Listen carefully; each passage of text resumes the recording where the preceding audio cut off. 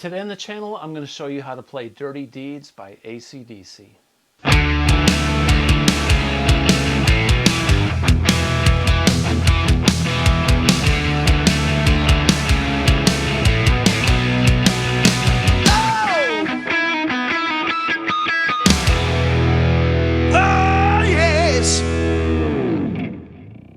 Hey everybody, welcome back to the channel. Today I'm going to show you how to play Dirty Deeds by the band AC/DC, good old Angus Young. So let's take a look at this song. We're in standard tuning today, standard E. I like AC/DC because they play it in standard tuning, and to me standard tuning is so bright and crisp. I love it. So this song is in the key of E, and it's got a little bit of a modulation in the guitar solo. I'm going to show you the verse, the chorus, and the guitar solo parts. Okay, so let's dig in. First of all, AC/DC, Malcolm and Angus, they kind of complemented each other. Well, there's no kinda, they did. They complemented each other with their rhythm parts. So some of the chords they play down at the nut, and sometimes they'll play bar chords or power chords up higher up on the fretboard. So I'm going to kind of show you both variations of this. Okay, so the beginning of the song starts off with a riff that sounds like this.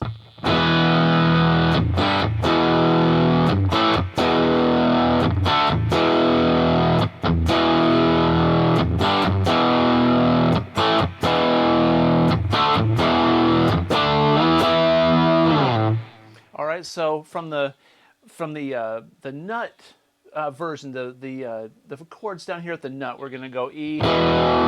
I'm just playing a power chord E. I'm not playing the full thing. But sometimes you'll hear Malcolm or Angus, they'll add the major third in there. So once in a while you hear, or you'll just hear the high E and the B.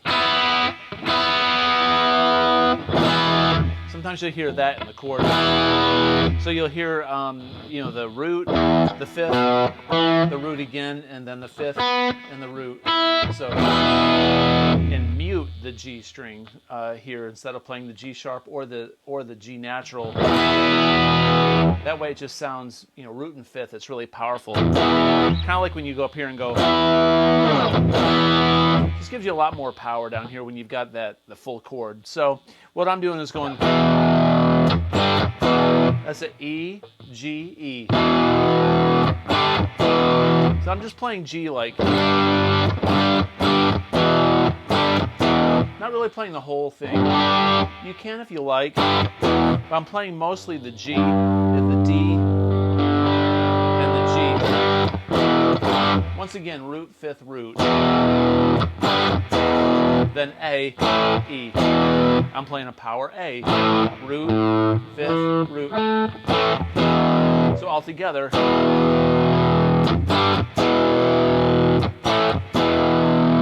Then a D to an E. And that D is, it's root, fifth, and root. I think you see a theme here, right? Now to get it to be punchy like that, I'm running through my Fractal Axe-8 as always. I've got a Sir Badger sound that's pretty heavily distorted, and I'm running, I think I'm running a Friedman IR on this thing, so in stereo, which makes it sound cool. I've got a little bit of delay and reverb in Pro Tools just to give it some ambience, to hide my slop. All right, so you got to get this brittle, kind of crunchy sound for AC/DC. They didn't use a ton of gain, man. They didn't chug. They had those old Marshall Plexis and JMPs and stuff that sounded so nice and mid-rangey. You can hear the strings vibrate on your guitar and move those speakers. That's one nice thing about IRs, impulse responses, with your modelers. If you get really good impulse responses, you can get your amp models to sound so much better, and it'll sound like a real Celestion, a greenback or a blackback. And I'm also, I'm hitting the chord kind of hard, a downstroke, and I'm going to palm mute. I'm going to put my hand right over the pickup, and I lift up on my hand a little bit, like that.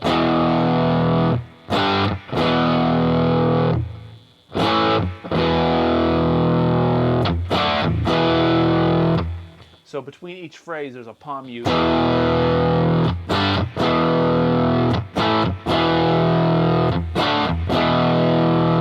It's really important to not get a lot of extraneous string noise, and you got to get those gaps in there, because AC/DC it's really tight, punchy music. It's the sound and the attack of the guitar. Malcolm was a wonderful rhythm guitar player. For all you AC/DC fans out there, you know exactly what I'm talking about. Angus couldn't have been Angus if it weren't for Malcolm. He was really the meat and potatoes and the chain that pulled that AC/DC trailer along. Man, he was the engine of the train.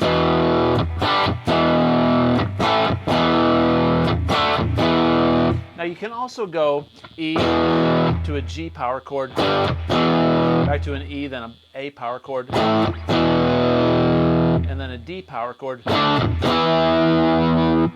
And that would really be nice if there was two guitar players in a band like AC/DC and doubling each other's parts. That way the frequencies on the strings, they're a little bit different, so in the mix, the guitars will sound separated better, and they won't have the same overtones. Now, Malcolm used a Gretsch, and obviously Angus used an SG, so they had different tonal qualities, and that's one reason their guitar tones blended so well. So if you have a guitar player, another guitar player in your band, or you're jamming with somebody, it's good to use different guitars and maybe a little different amp settings, just because you'll hear that spatial difference in the mix.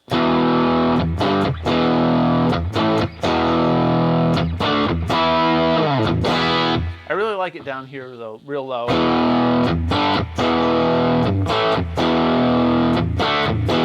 Alright, so during the verse he goes. Now it does sound to me like he's doing a power chord there, because it sounds like he's sliding up. So I'm going D to an E. I'm going to hit it once and then slide up. And then hit. You put a little vibrato on it, a little stank. Now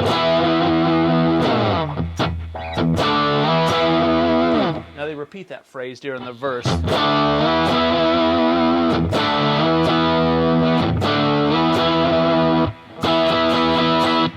Like that. And then the chorus goes.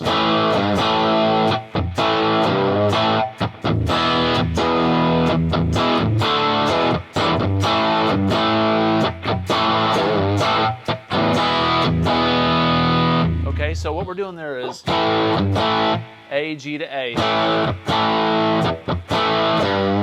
You can go like here down at the nut, or you go up here.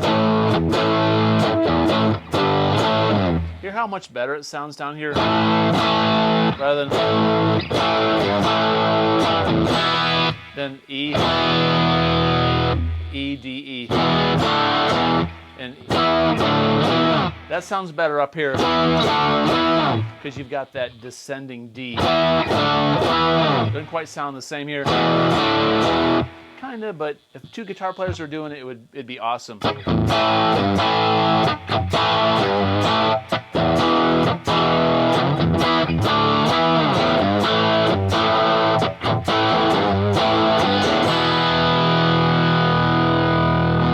That's where he goes, dirty deeds and we're done dirt cheap. And then it goes back to the verse. All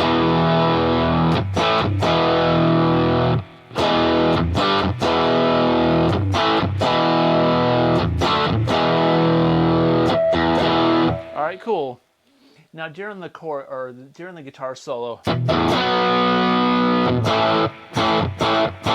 he goes to B minor. It's actually just a B. I mean, it is B minor, but you don't really hear. You don't hear that minor in there, so it's B. He goes A, B.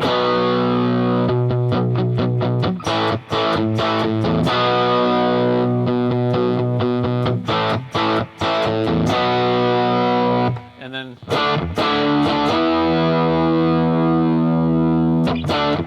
So when he goes back up to, when he goes back up to E,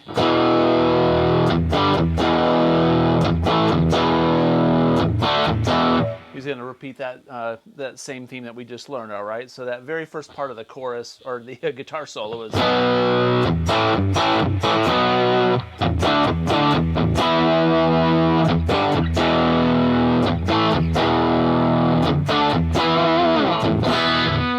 right, so guitar solo time.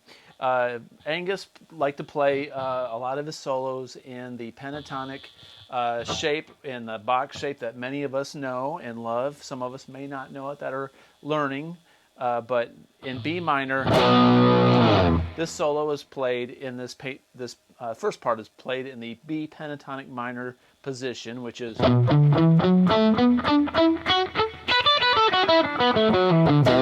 But Angus is only going to be playing on the D, the G, and the B string during this part of the solo. So he's going to go like this.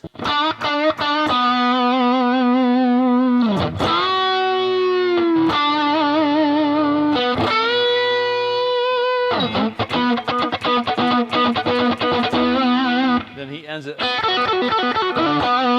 something like that. And then he goes into this long ascending thing. So let me show you the first part in B minor pentatonic. He's going to be on the G string on the 7th fret, and he's going to bend it up half a step. Okay, so he's going to go minor to major. That's what he's doing there. He's kind of doing a blues thing. So 4 bends on that, I believe, is what he's doing. He's digging in, man. You can kind of rake by holding your fingers across the strings. Or just go. Just pick it straight. The G string on the 7th fret. And we're on the 9th fret on the D string, and there's that typical Angus vibrato. And then the G string on the 9th fret, bend up a whole step. And release. Release it down to the G string on the 7th fret and give it that vibrato. So.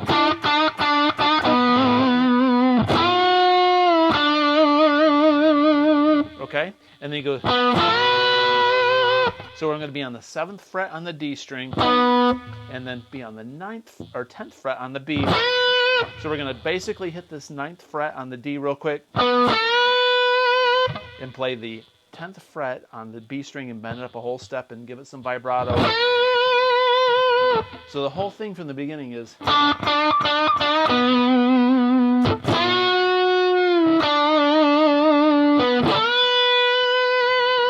He's got this little funky thing going on the D string on the 9th fret. So it's kind of like New York groove.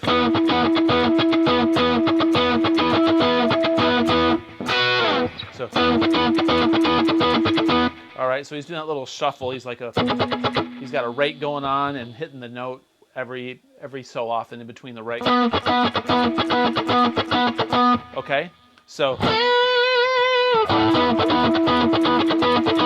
And I'm going to do a pull off. Sounds to me like, I'm not so sure about this part, but I'm pretty sure. He's going to do a pull off on the B string. We're going to be on the 10th and the 7th, going pulling off to an open B.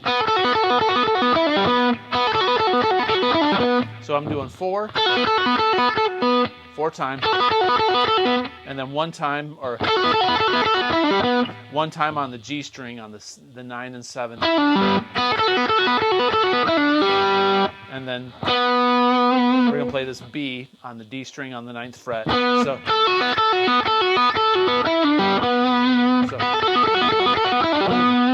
like that. So the very solo from the beginning.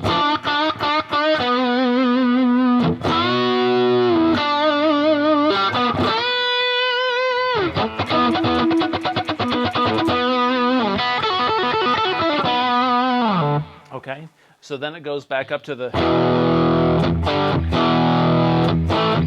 So he's going to change keys to basically back to E minor, and we're going to do this ascending lick. This thing's pretty easy. But you got to use your pinky and your pointer finger. So you got to have, like, the rock and roll sign and put it like right here. But we're not going to play it like that. That'd be kind of awkward. Actually, it'd be kind of cool if you did the rock and roll sign and you'd play the lick like rock and roll. You'd be like, yeah, everybody. I don't know if I can do it. Let me try. I can't. Well, that's weird. Anyway, we're going to be like this on the 4th fret and the 7th fret. And we're going to go. Figaro, Figaro, right? So we're doing triplets. Triplet, triplet. And we're going to do this many times. diddle, diddle, diddle, diddle, diddle, diddle, diddle, diddle. And we're going to go up half a step. Up a half step.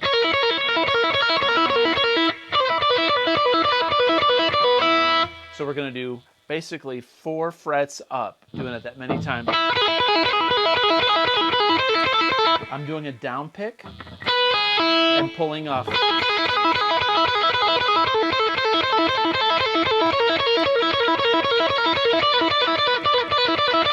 And now when we get up here, we're going to be here on the 11th and the 8th. I'm going to do it half that many times. So we're going to ascend, keep going chromatically.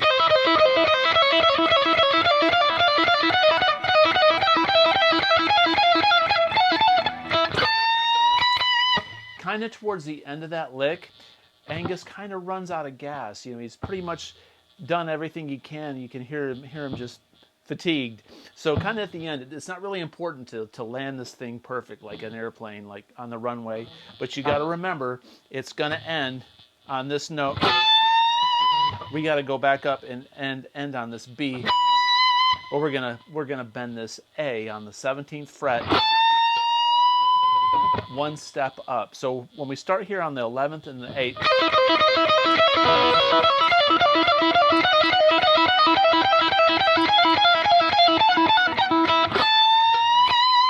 I kind of go all the way up to the 15th and the 18th, like that, and just kind of end it like that. So from the very beginning of that,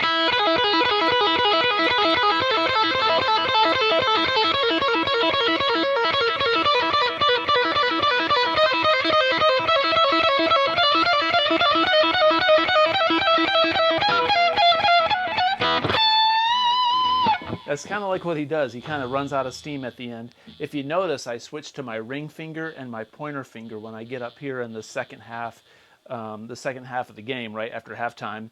I'm here on 11 and 8 because the frets get closer together and it's just easier. And by the time I get up here, my hand feels like it's just numb.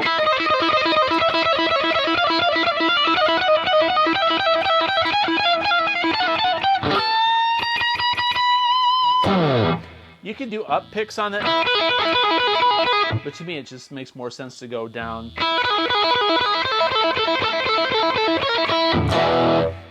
So there you go. Good luck, man. AC/DC, Angus Young, Malcolm Young, wonderful, brilliant band. They're kind of new to the scene. I recommend you check them out. And if you find this lesson helpful and you like the content, please consider subscribing, comment below, and as always, have a great day. Peace out.